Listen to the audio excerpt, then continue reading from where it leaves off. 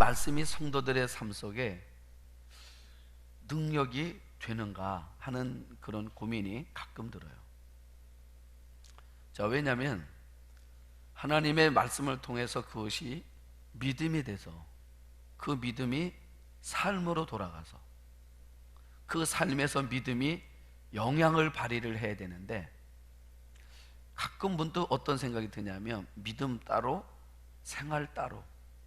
그러니까 믿음과 생활이 얘기하면 믿음이 생활 속에서 영향력을 발휘를 해줘야 되는데 그 발휘를 해주지를 못하고 믿음은 믿음대로 생활은 생활대로 이게 분리된다는 거, 여러분 그런 마음을 가질 때가 있어요. 자, 그런데 왜 이 말이 그런 거냐?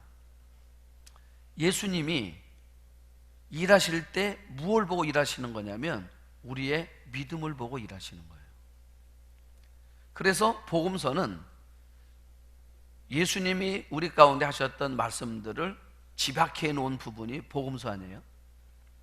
우리가 복음서 읽어보면 예수님이 병든 자를 고칠 때거나 예수님 어떤 그 죄사함의 권세를 나타나실 때거나 그때마다 예수님이 항상 하시는 말씀이 뭐냐면 내 믿음을 보고 저희의 믿음을 보시고. 그러니까 우리 삶 속에서 하나님의 역사를 일으키려고 그러면 우리 삶 속에서 보여줘야 될 믿음이 필요하다, 그 말이에요. 오늘 성경 20절을 보니까 이렇게 말씀하시잖아요. 예수께서 그들의 믿음을 보시고 그랬어. 여러분 무슨 말이에요? 예수님이 안 보시는 것 같죠? 왜냐하면 믿음은 보이지가 않아요. 여러분들이 믿음이 있는지 믿음이 없는지 우리는 몰라요. 왜? 보이지가 않으니까. 그런데 성경은 뭐란 말이에요? 예수님은 그 믿음을 보고 계시다, 그 말이에요. 아멘. 주님은 보고 계시는 거예요. 제가 이번 주에 그 레디칼이라는 책을 쓴 데이비 플랫이라는 그 미국의 브룩힐즈 처치에 목회하는 목사님이 있어요. 근데 이분이 한국에 와가지고 부흥회를 하셨더라고. 한국교회 오셔가지고. 그래서 제가 그 부흥회 한 설교를 한번 듣게 됐어요. 데이비 플랫이라는 아주 유명한 목사였습니다. 젊은 목사님이시다. 근데 그분이 무슨 얘기를 하냐면 이런 얘기를 해요. 자기 가정에 자녀가 없대. 하나님 앞에 결혼하고 나서부터 수년 동안을 계속 기도를 했는데 하나님이 자녀를 주지 않더래요. 그래서 하나님 앞에 더 구체적으로 기도를 했다는 거예요. 자녀를 달라고. 자녀를 안 주시더래요. 그래서 이 데이비 플랫 이 목사님인데 이분이 기도하면서 깊은 묵상을 해봤대요. 하나님께서 왜 우리 가정에 자녀를 주시지 않는가? 하나님 왜 이렇게 기도를 우리가 구체적으로 기도를 해왔는데 하나님이 왜 우리 가정에는 자녀를 주시지 않는가? 자, 이제 그런 마음을 가지고 묵상을 하고 있는데 언뜻 자기들 마음속에 하나님께서 말씀하시는 것 같더래요. 뭐라고 말씀하시냐면 하나님이 자기 부부에게 입양에 대해서 말씀해요. 입양에 대해서 하나님 입양하라고 말씀하시는 것 같아요. 그래서 이 데이비 플랫 목사, 그렇구나, 우리가 육신으로는 아이를 갖지 못하기 때문에 하나님이 다른 방법을 통해서 우리 가정이 아이를 갖기를 원하시는구나. 그래서 그럼 어디 아이를 입양할까 하다 카자흐스탄이다. 카자흐스탄으로 갔다는 거예요. 그래서 카자흐스탄에 가서 아들 하나를 얻었습니다. 그래서 그 아들을 안고 비행기를 타고 돌아오는데 너무너무 기쁘고 너무너무 흥분되더래요. 아이를 데리고 오는데 자기들은 얼마나 기뻤는지 몰랐대요. 그런데 2주가 지났는데 자기 아내가 임신을 했더래. 자기 아내가 임신을 했다는 걸 알게 됐다는 겁니다. 임신이 되는 걸 알게 된 거예요. 2주 지나서.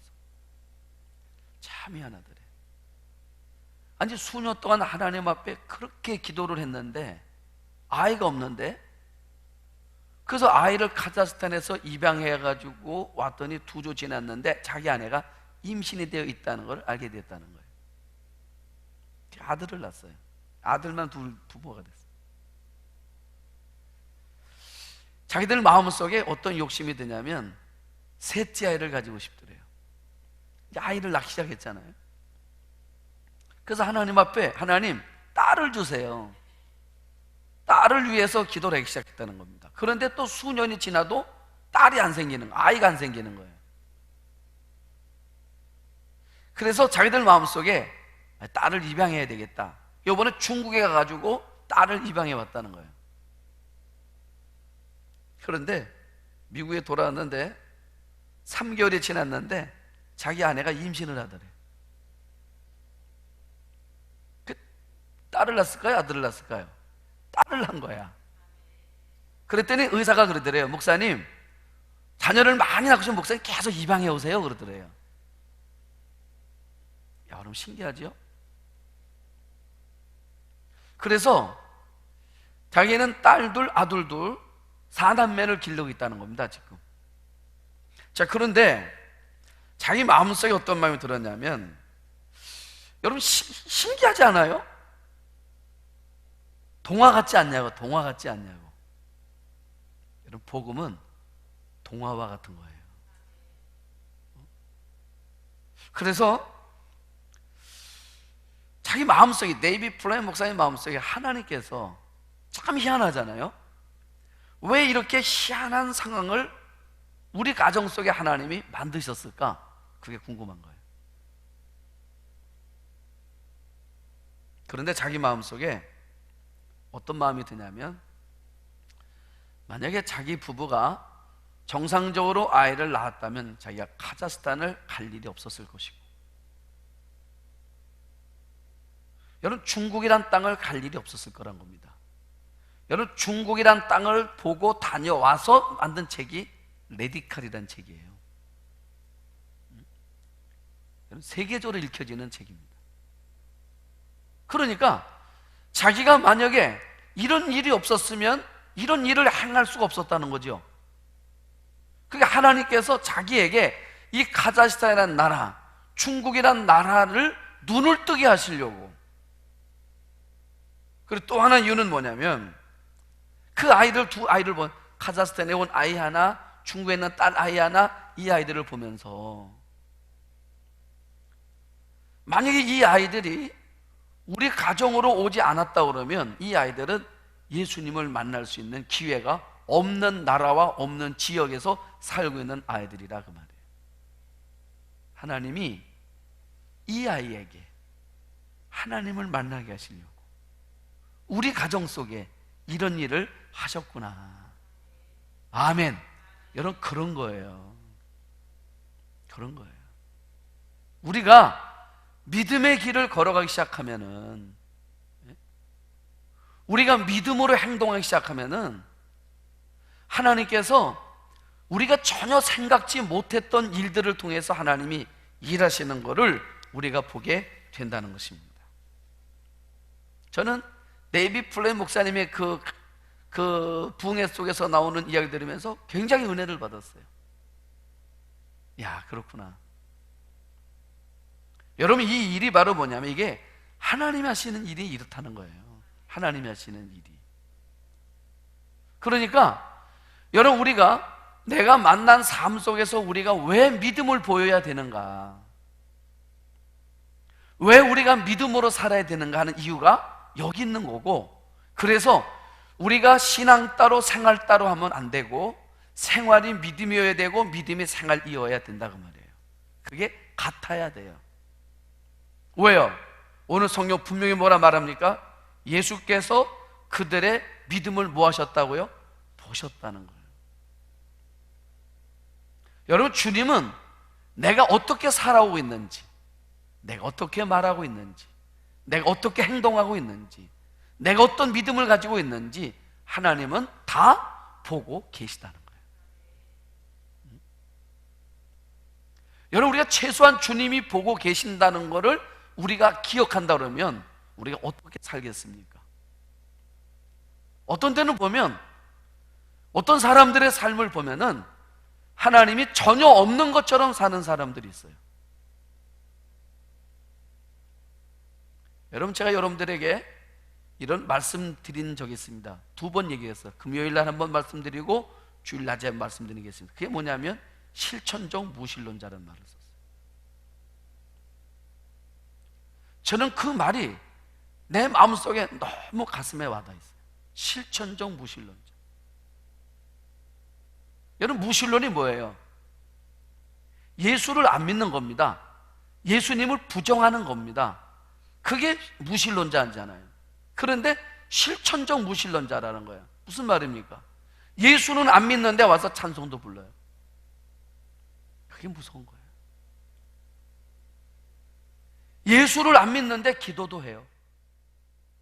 예수를 안 믿는데 신앙 고백도 해요. 사도신경을 외워요. 예수를 안 믿는데 우리가 집사도 될 수 있고, 예수를 안 믿으면서도 권사도 될 수 있고, 예수를 안 믿으면서도 장로도 될 수 있고, 예수를 안 믿으면서도 목사도 될 수 있다는 거예요. 예수를 안 믿는데,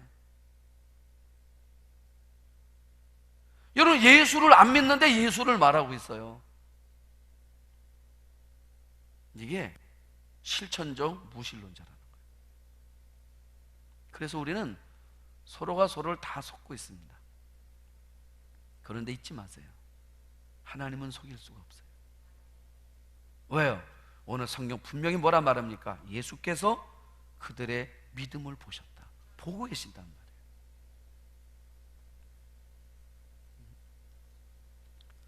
자, 그래서 오늘 성경에 보니까 한 중풍병자 얘기 아닙니까? 이 사람이 환자예요. 걸을 수가 없잖아요. 침상을 가지고 예수님께 나가려고 그럽니다. 예수님께 나가는데 문제는 뭐예요? 사람들이 너무 많아가지고 사람들로 인해서 예수님께 나갈 수가 없습니다. 그때 친구들이 어떤 그 아이디어를 내는 겁니까? 지붕을 뚫는 거예요. 지붕으로 달아 올리는 것입니다. 달아 올려서 지붕을 뜯어서라도 예수님께 내리겠다는 겁니다. 그걸 주님은 뭐로 보셨어요? 그걸 믿음이라고 보신 거예요. 주님은 그거를 믿음이라고 보신 거예요. 우리가 하는 그 일들에 대해서 주님이 우리의 하는 이 모습들을 믿음으로 보게 되기를 원하는 거예요. 우리가 교회를 부흥하기를 원합니다.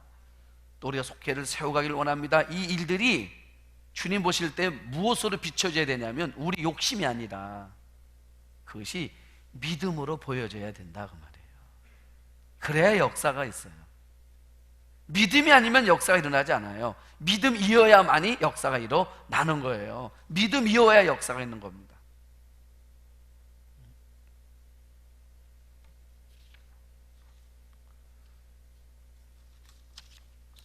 저는 올 한 해 우리가 살아갈 때 여러 가지 일들을 만날 거예요.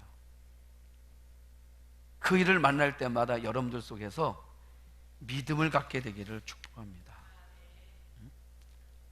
그래서 정호승 시인가 쓴 글 가운데, 시 가운데 봄길이라는 게 있어요. 봄길. 이런 내용입니다. 길이 끝나는 곳에서도 길이 있다. 길이 끝나는 곳에서도 스스로 길이 되는 사람이 있다. 스스로 봄길이 되어 끝없이 걸어가는 사람이 있다. 여러분, 그래요.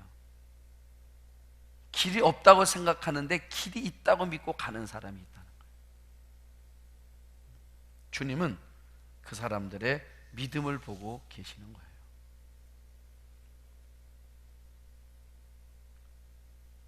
우리는 2015년 한 해는 하나님께서 되게 해주시는, 여러분 가정에서도, 여러분들 자녀들 가운데서도, 또 우리 교회 가운데서도 하나님이 되게 해주시는 그런 한 해가 될 줄로 믿습니다. 자녀들을 키우면서도 여러분, 안 된다고 말하지 마세요. 틀렸다고 말하지 마세요. 그때 우리가 안 된다고 느껴질 때 우리가 기도해 준다고 말하세요. 왜 그렇습니까? 왜 안 된다고 말하지 않고 왜 틀렸다고 말하지 않는 이유가 어디 있습니까? 우리가 기도를 시작하면 그 기도는 길을 낸다고 믿기 때문에 그러는 거예요. 기도를 하면 길이 나는 거예요. 자, 우리 아동부도 있습니다. 우리 아동부도 올해 아주 계획에 원대하게 계획을 세웠어요.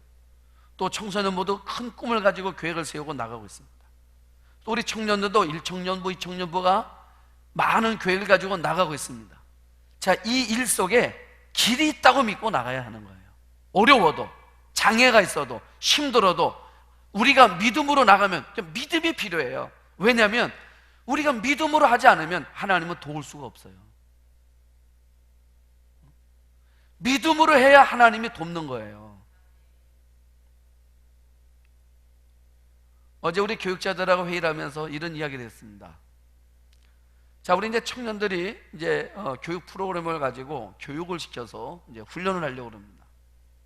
제가 부탁을 드렸습니다. 교육을 하는데 반드시 그 교육과 만나야 될 게 있습니다. 그게 뭐냐면 기도라는 겁니다. 기도. 나누었던 말씀이 기도와 만나야 그것이 능력이 됩니다. 반드시 기도와 만나져야 됩니다. 그래야 그 말씀이 기도와 만나질 때 그 말씀이 믿음이 돼요. 믿음이 될 때 하나님이 역사하시는 거예요.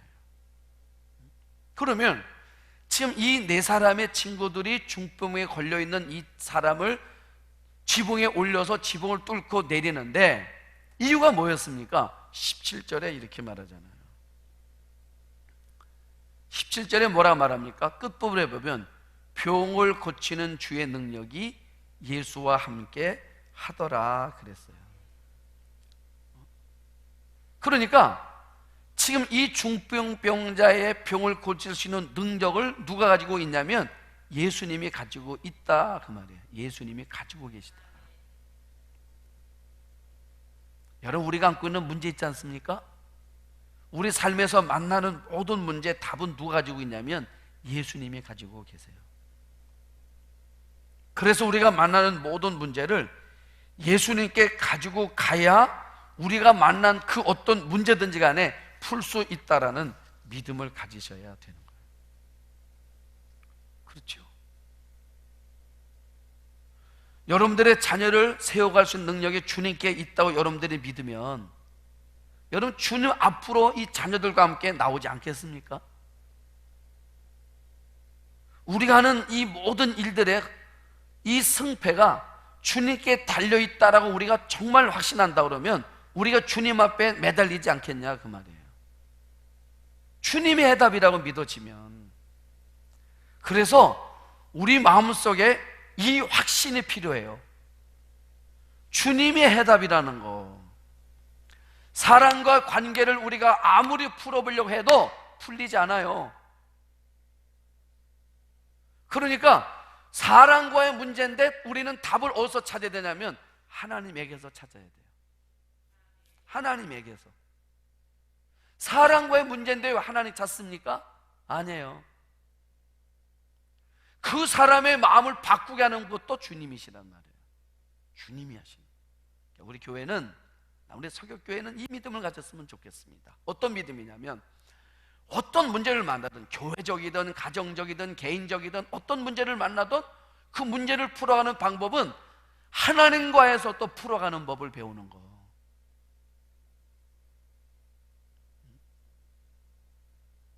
한의원을 갔더니요,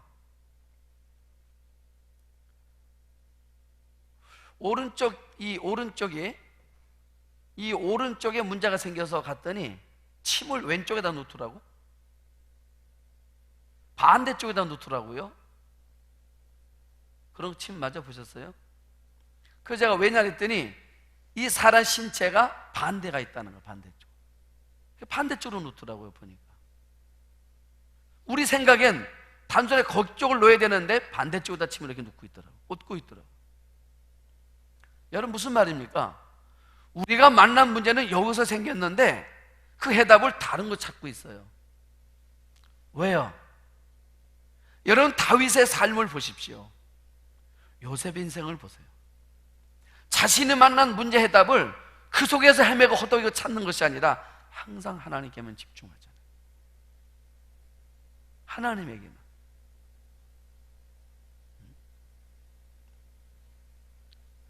여러분, 이 네 사람이 왜 이 사람을 지붕 위로 올리려고 힘을 쓰고 애를 쓰고 왜 또 지붕을 뜯어서 내는 이 수고를 하는 이유가 어디에 있습니까? 이유는 딱 하나예요. 답은, 이 사람의 병을 고치는 그 능력과 해답은 저 안에서 지금 말씀을 전하고 계시는 예수님에게 있다고 믿기 때문에 그분에게로 집중해 가는 거예요. 우리 교회가 그래야 되는 거예요. 예전에 한국교회는 문제만 생기면 교회가 예배당에 몰려와서 하나님 앞에 눈물 흘리며 울부짖었어요. 문제만 생기면 한국교회는 하나님 앞에 나와서 엎드렸어요. 그런데 지금은 문제가 생기잖아요. 법정으로 가요. 교회가. 문제만 생기면 그 문제를 가지고 교회 밖으로 나가요. 교회가. 그러니까 답이 없는 거예요. 하나님이 없는 거예요. 여러분, 교회는, 믿음의 사람들은, 성도는 우리가 만난 모든 삶 속에서 해답을 하나님에게서 찾아가는 법을 배워야 하는 거예요. 확신이 있어야 돼요. 여러분, 그런데 우리가 이 믿음을 붙들고 살아야 되는데 어떤 문제가 있냐면, 여러분, 이런 문제가 있어요. 어떤 문제냐면 우리가 기도를 했는데 우리가 생각했던 그 시점에 이 기도가 이루어지지 않는 일들이 훨씬 더 많아요, 사실은. 그때마다 우리는 뭘 붙들어야 되냐면 성경을 붙들어야 돼요. 여러분, 믿음의 성도가 결국은 승리한다는 거 믿으세요? 하나님의 사람이 세상의 사람과 싸워서 지는 것 같지만 결국에 가보면 하나님의 사람이 이긴다는 거 아세요? 하나님의 사람이 결국은 이겨요. 그래서 그 쓴 책이 어거스틴이 쓴 하나님의 도성이라는 책이에요. 결국은 믿음의 사람이 이기더라는 거예요. 처음엔 너무 실망했어요. 왜? 세상이 이기는 것 같았어요. 어떻게 믿음의 사람들이, 하나님의 사람들이 저렇게 세상 사람 속절없이 당할 수만 있느냐? 당하는 줄만 알았어요. 그런데 마지막 가 보니까 하나님의 사람들이 승리를 하더라고요. 그래서 믿음이 필요한 겁니다. 여러분, 우리가 그래서 여호수아에서 나온 여리고성을 기억하라는 거예요. 주님이 뭐라고 말씀하십니까? 너희가 믿음으로 돌면 무너진다고 그랬어요. 믿음으로 돌면 무너진대요. 믿음으로 돌면, 믿음으로 도는 거예요. 여러분, 한 바퀴를 돌았습니다. 변화가 있었습니까? 아무 징조도, 아무런 변화도 없어요. 이튿날 또 돌았습니다. 변화가 있습니까? 징조도 없어요. 그대로입니다. 사흘, 나흘, 닷새, 엿새 돌았는데 뭐 변화가 있어야 되죠. 여러분, 변화가 없을 때 우리가 얼마나 초조해지고 우리가 얼마나 조급해집니까? 변화가 없는데 뭔가 사인이 있어야 될 거 아니에요. 구름이 있다든지 무슨 뭐 요동이 있다든지 아니면 뭔가 흔들림이 있다든지 뭔가 있어야 되는데 아무런 징조도 없어요. 여러분, 기다린다는 게 생각보다 얼마나 힘든지 아십니까? 기다린다는 게. 아브라함이 25년을 기다렸습니다. 노아가 400년을 기다려요. 여러분, 이 기다린 세월, 요셉이 13년을 기다립니다. 이 기다린다는 게, 이 기다리는 게 쉬운 일이냐고요. 기다리는 건요, 너무 지루하고 너무 힘든 일입니다. 그래서 히브리서 11장은 뭐라 말하는지 아십니까? 믿음이 기다림이래.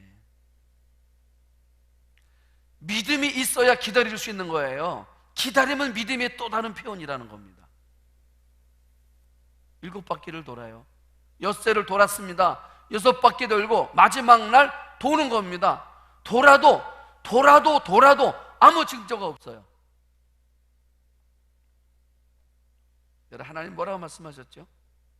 엿새 동안 한 바퀴 돌고 7일째는 7바퀴 돌고 그 다음에 제사장이 양강나팔을 웅 하고 불고 분 다음에 와 하고 소리 지르면 무너질 거다.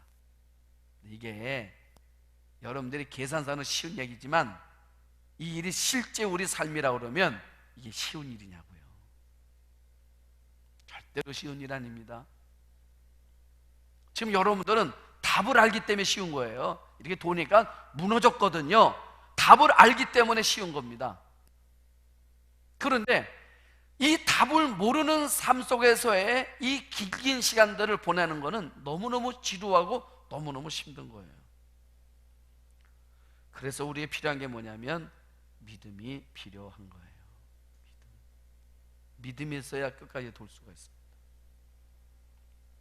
우리 교회가 1,000번제를 드리는 분들이 아주 많이 계십니다. 그 여러분들이 1,000번제를 드렸습니다. 자, 1,000번을 드리면서 하나님 앞에 자녀들을 위해서, 가정을 위해서 기도하는 제목을 붙들고 하나님 앞에 1,000번을 제단을 쌓는 거예요. 여러분, 쌓기 시작하니까 쌓아나가다 보니까 뭔가 징조가 보입니까? 보이는 가정도 있어요. 드리면서. 그런데 들여가는데도 오히려 더 징조가 어떤지 더 어렵고 힘겨운 일들이 더 펼쳐지는 경우들도 있더라는 거죠. 어떤 때는 1,000번을 마쳤어요. 마쳤는데도 아무런 징조가 없어요. 더 힘들고 더 어려울 때도 있어요. 그렇죠? 이런 일들이 우리 삶에 있습니다. 그래서 우리가 까딱하면 이런 말을 했었습니다. 1,000번제를 했는데 안 되더라. 이렇게 답을 내릴 수가 있어요. 그럴 수 있다고.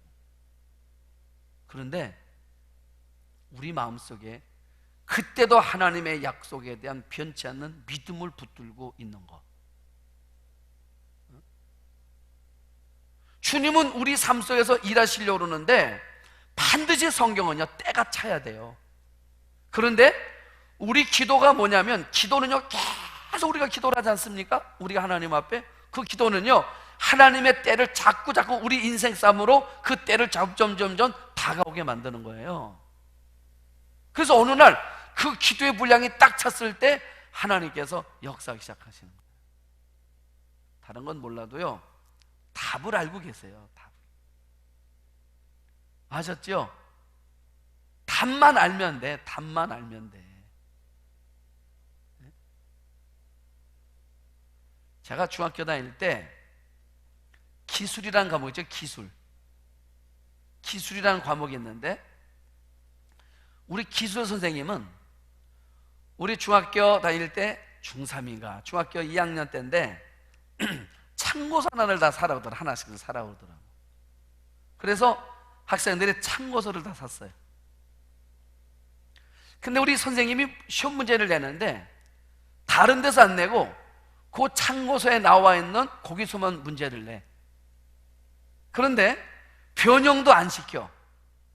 그대로 내요. 그래서 아이들이 공부하는데 걱정이 없어. 이게 무슨 원리인지, 윤활유가 뭔지, 가솔린이 뭔지, 터빈이 뭔지 알 필요 없어요. 그냥 거기 나와 있는 답만 외우면 돼.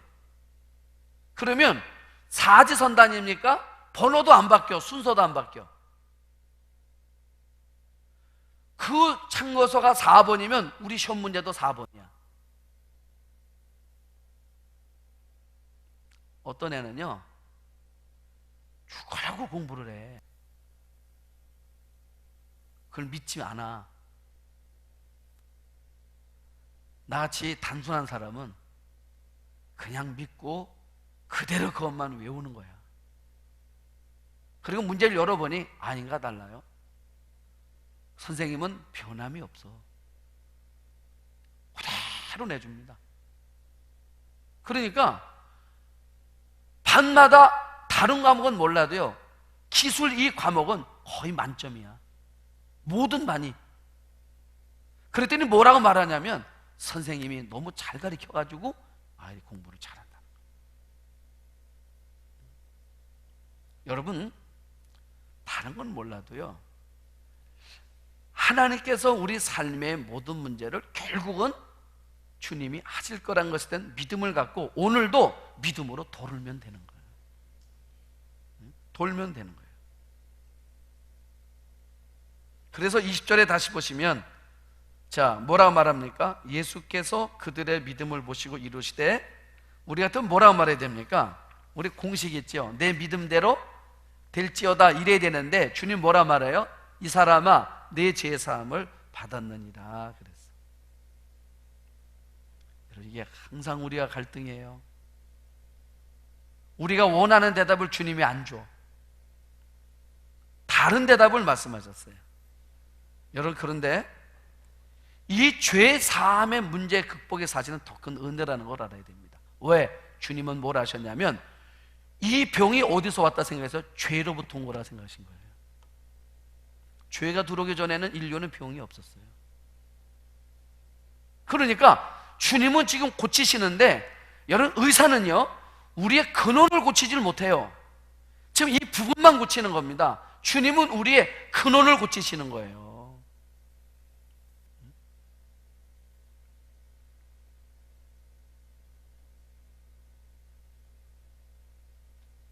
우리 삶 속에 근원적인 문제가 풀리면 나머지는 다 풀리는 거예요. 그 부분을 붙들어야 된다는 거예요.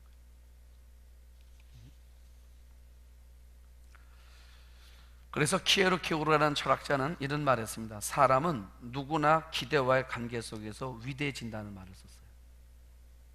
여러분, 무슨 말이냐면, 뭘 기대하느냐. 사람은 누구를 기대하느냐, 이 기대와의 관계 속에서 위대해진다는, 기대의 관계 속에서 사람은 위대해지는 거다. 우리가 이 땅의 것에 기대를 하면요, 이 땅 것에 우리가 집착하며 사는 거예요. 그런데 키에르케고르는 뭐라 말하냐면, 우리가 가장 위대하신 하나님, 그분께 우리가 기대하며 살기를 원한다는 거예요. 그러니까 우리가 하나님을 자꾸 기대잖아요. 그러면 하나님처럼 된다는 거야. 그 관계 속에서 위대해지는 거예요. 다시 바꿔 말해봐요. 여러분이 하나님을 기대하신다 그러면 하나님과의 관계를 통해서 여러분의 인생이 위대해질 거라는 거예요. 하나님의 관계를 통해서. 그래서 우리가 다른 것을 기대하기보다 하나님을 기대하는 그런 마음, 그 믿음을 가지고 우리가 살아서 내가 만나는 일들 있지 않습니까? 그것이 내 불가항력같이 여기는 그 문제들마저도 내가 하나님을 기대하는 그 믿음을 통해서, 그 위대하신 하나님을 통해서 우리가 그 문제를 풀어가면서 응답이라는 아름다운 문을 열어가며 살아가는, 또 여러분들의 또 이 한 달 새로운 삶이 되시기를 축복합니다. 기도하겠습니다. 하나님,